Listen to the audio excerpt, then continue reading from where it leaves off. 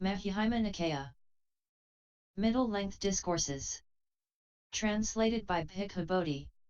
Suttacentral.net and suttas.com. MN 104 Samagama Sutta. At Samagama. Thus have I heard. On one occasion the Blessed One was living in the Sakyan country at Samagama. Now on that occasion the Nigantha Buddha had just died at Pava. On his death the Niganthas divided, split into two, and they had taken to quarreling and brawling and were deep in disputes, verbally abusing each other. You do not understand this Dhamma and discipline. I understand this Dhamma and discipline. How could you understand this Dhamma and discipline? Your way is wrong. My way is right. I am consistent. You are inconsistent. What should have been said first you said last. What should have been said last you said first. What you had so carefully thought up has been turned inside out. Your assertion has been shown up. You are refuted. Go and learn better, or disentangle yourself if you can. It seemed as if there were nothing but slaughter among the Nigantha Buddha's pupils.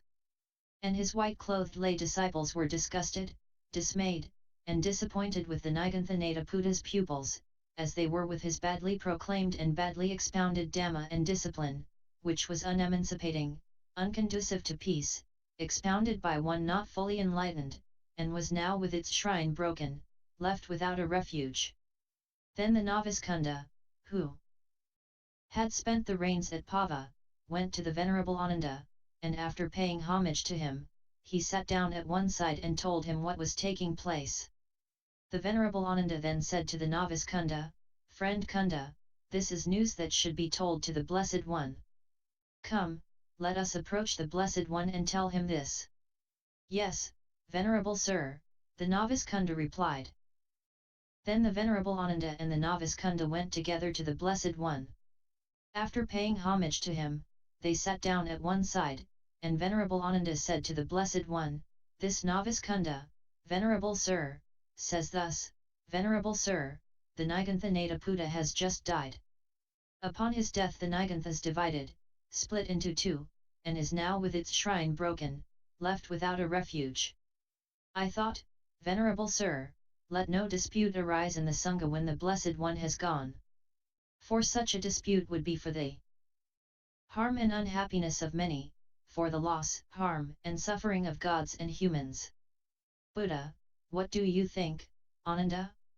These things that I have taught you after directly knowing them, that is, the four foundations of mindfulness, the four right kinds of striving, the four bases for spiritual power, the five faculties, the five powers, the seven enlightenment factors, the Noble Eightfold Path. Do you see, Ananda, even two bhikkhus who make differing assertions about these things?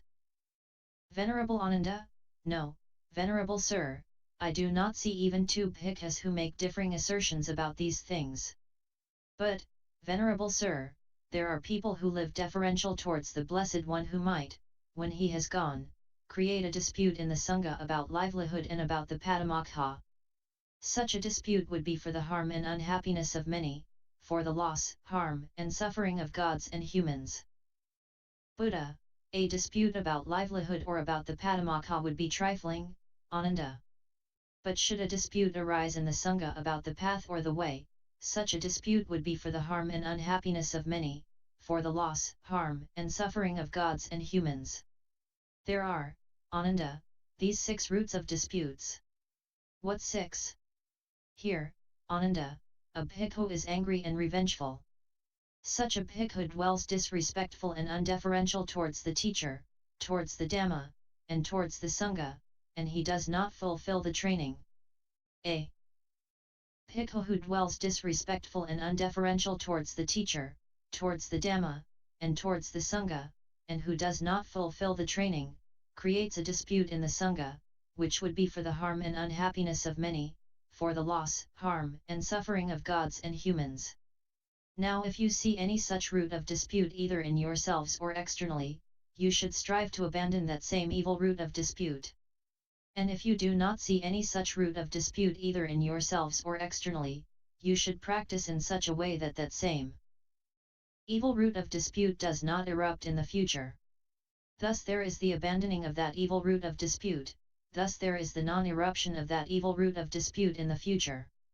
Again, a bhikkhu is contemptuous and domineering, envious and avaricious, deceitful and fraudulent, has evil wishes and wrong view, adheres to his own views, holds on to them tenaciously, and relinquishes them with difficulty. Such a bhikkhu dwells disrespectful and undeferential towards the teacher, towards the Dhamma, and towards the Sangha, and he does not fulfill the training. A bhikkhu who dwells disrespectful and undeferential towards the teacher, towards the Dhamma, and towards the Sangha, and who does not fulfill the training, creates a dispute in the Sangha, which would be for the harm and unhappiness of many, for the loss, harm, and suffering of gods and humans. Now if you see any such root of dispute either in yourselves or externally, you should strive to abandon that same evil root of dispute. And if you do not see any such root of dispute either in yourselves or externally, you should practice in such a way that that same evil root of dispute does not arise in the future. Thus there is the abandoning of that evil root of dispute, thus there is the non-eruption of that evil root of dispute in the future. These are the 6 roots of dispute. Ananda, there are these 4 kinds of litigation. What for? Litigation because of a dispute, litigation because of an accusation, litigation because of an offense, and litigation concerning proceedings.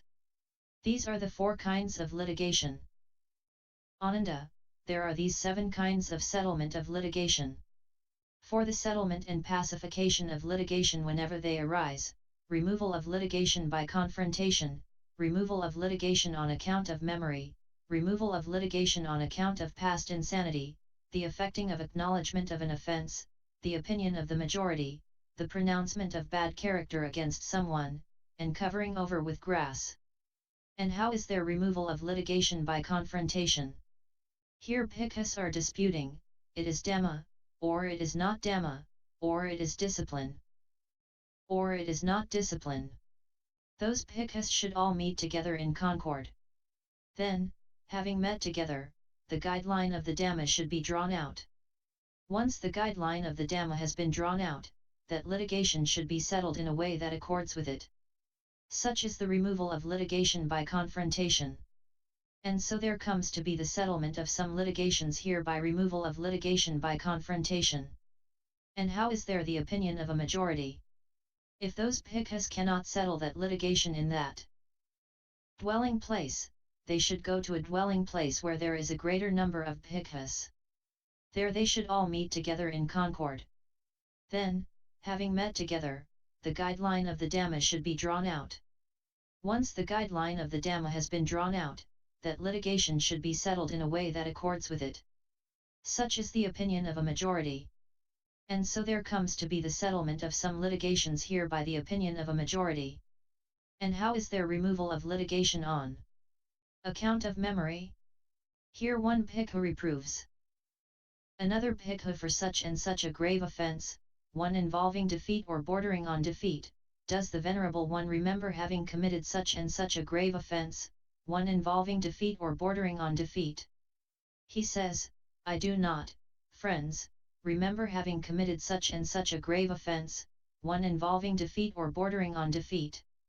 In his case removal of litigation on account of memory should be pronounced. Such is the removal of litigation on account of memory. And how is there removal of litigation on account of past insanity? Here one bhikkhu reproves another bhikkhu for such and such a grave offense, one involving defeat or bordering on defeat. Does the Venerable One remember having committed such and such a grave offense, one involving defeat or bordering on defeat? He says, I do not, friends, remember having committed such and such a grave offense, one involving defeat or bordering on defeat. Despite the denial, the former presses the latter further. Surely the Venerable One must know quite well if he remembers having committed such and such a grave offense, one involving defeat or bordering on defeat. He says, I had gone mad, friend, I was out of my mind, and when I was mad I said and did many things improper for a recluse. I do not remember, I was mad when I did that. In his case, removal of litigation on account of past insanity should be pronounced. Such is the removal of litigation on account of past insanity. And how is there the effecting of acknowledgement of an offence? Here a bhikkhu, whether reproved or unreproved, remembers an offence, reveals it, and discloses it. He should go to a senior bhikkhu, and after arranging his robe on one shoulder, he should pay homage at his feet. Then, sitting on his heels, he should raise his hands palms together and say, "Venerable Sir, I have committed such and such an offence, I confess it." The other says, "Do you see?" "Yes, I see." "Will you practice restraint in the future?" "I will practice restraint in the future." Such is the effecting of acknowledgement of an offence.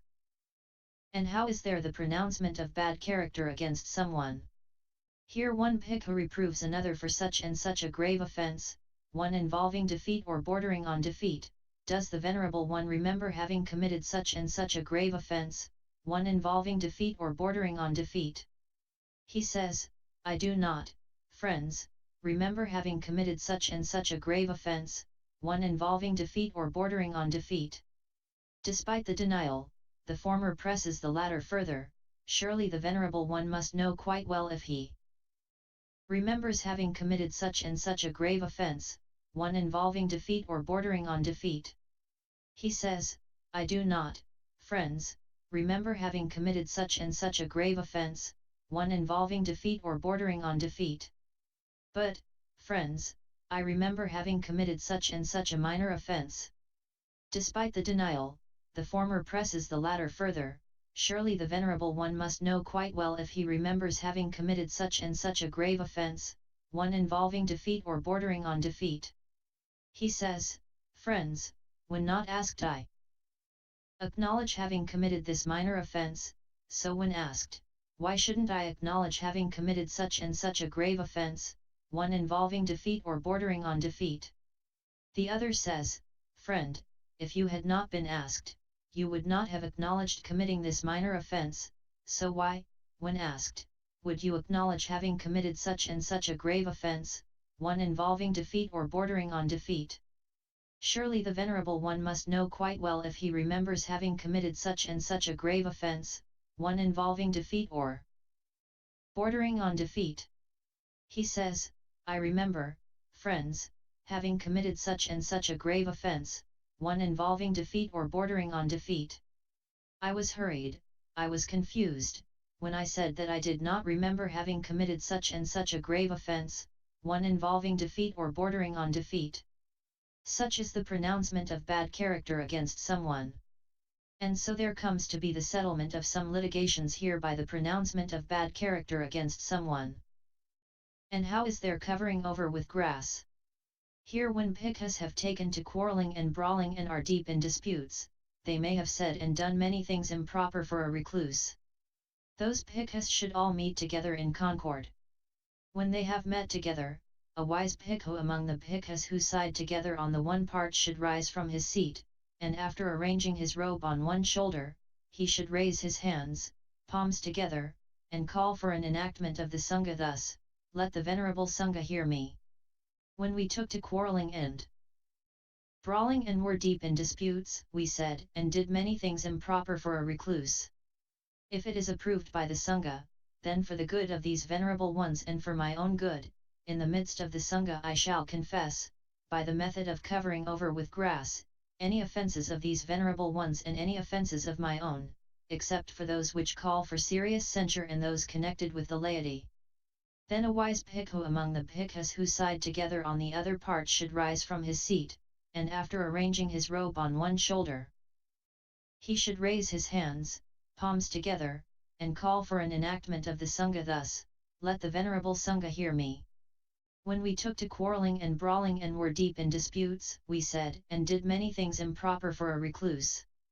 If it is approved by the Sangha, then for the good of these venerable ones and for my own good, in the midst of the Sangha I shall confess, by the method of covering over with grass, any offences of these venerable ones and any offences of my own, except for those which call for serious censure and those connected with the laity." And so there comes to be the settlement of some litigations here by the covering over with grass. Ananda, there are these 6 memorable qualities that create love and respect, and conduce to helpfulness, to non-dispute, to concord, and to unity. What are the 6? Here a bhikkhu maintains bodily acts of loving kindness both in public and in private towards his companions in the holy life. This is a memorable quality that creates love and respect, and conduces to helpfulness, to non-dispute, to concord, and to unity. Again, a bhikkhu maintains verbal acts of loving kindness both in public and in private towards his companions in the holy life. This is a memorable quality that creates love and respect, and conduces to unity. Again, a bhikkhu maintains mental acts of loving kindness both in public and in private towards his companions in the holy life. This is a memorable quality that creates love and respect, and conduces to unity. Again, a bhikkhu enjoys things in common with his virtuous companions in the holy life, without making reservations. He shares with them any gain of a kind that accords with the Dhamma and has been obtained in a way that accords with the Dhamma, including even what is in his bowl. This is a memorable quality that creates love and respect, and conduces to unity. Again, a bhikkhu dwells both in public and in private, possessing in common with his companions in the holy life those virtues that are unbroken, untorn, unblotched, unmottled, liberating, commended by the wise, not misapprehended, arid, conducive to concentration. This too is a memorable quality that creates love and respect and conduces to unity. Again, a bhikkhu dwells both in public and in private, possessing in common with his companions in the holy life that view that is noble and emancipating, and leads the one who practices in accordance with it to the complete destruction of suffering. This too is a memorable quality that creates love and respect, and conduces to helpfulness, to non-dispute, to concord, and to unity. These are the 6 memorable qualities that create love and respect, and conduce to helpfulness, to non-dispute, to concord, and to unity.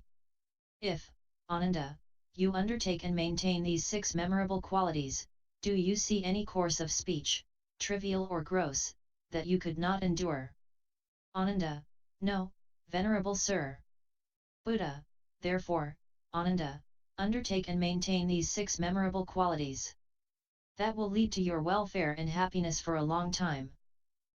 That is what the Blessed One said. The Venerable Ananda was satisfied and delighted in the Blessed One's words.